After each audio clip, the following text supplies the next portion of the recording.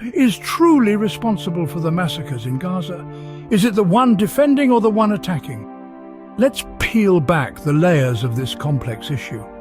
It's a widespread misperception to place the blame on the victims or the resistance for the horrors inflicted upon them. Yet, a glance at history paints a different picture. The Zionist entity, even before the birth of Hamas, has a long documented history of brutal actions. These actions, these massacres, these crimes were not born of resistance or defense, but of aggression and oppression. The victims did not invite this violence. The resistance did not spark this brutality. The responsibility lies not with those who have been forced to defend their homes and their lives, but with the ones who have chosen to attack. It's a question of the aggressor and the aggressed, the oppressor and the oppressed. To fully grasp the gravity of the situation, we must journey back in time. The Zionist entity's involvement in the region didn't begin yesterday. It has left a trail of violence and destruction that stretches back decades before the emergence of Hamas.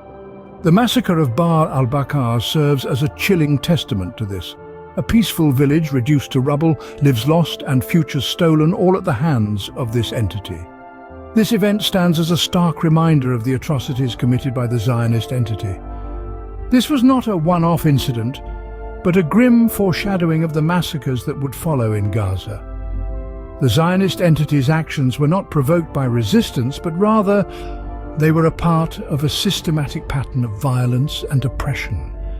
These are not isolated incidents, but a systematic pattern of violence and oppression. The Zionist entity, an entity that has been a source of pain and suffering for decades. It's a saga of consistent disregard for human life, a perennial perpetrator of massacres. This entity, entrenched in the heart of the nation, is often likened to a cancer, a malignant growth. It feeds off the vitality of the people, causing pain, suffering and death in its wake. Yet it is not the disease that defines the body, but the body's response to the disease. The nation, riddled with this cancer, responds with resilience and resistance. It fights back, refusing to succumb to the entity's relentless onslaught. The true essence of the nation lies in its ability to resist and fight back, not in the presence of the cancer. The Zionist entity may bear the responsibility for these massacres, but the nation bears the responsibility for its response, for its resilience, for its resistance. The responsibility lies not with the victims, but with the aggressor. What then is the path forward? What can we do to end this cycle of violence? It begins with recognizing the importance of strength and resilience in the face of adversity. We find this wisdom in our sacred texts, such as the Quran, Surah Al-Isra, which speaks of the qualities of men who are servants of Allah, strong in might. These are the qualities we must embody, for it is through strength and resilience that we can resist oppression. Now, more than ever, we must stand up for the oppressed, for our brothers and sisters who suffer under the yoke of tyranny.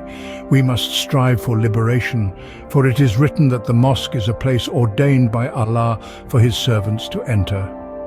The path forward is clear. We must liberate these sacred spaces from their usurpers. It is our collective responsibility to resist, to fight, and to seek justice for the victims of these atrocities.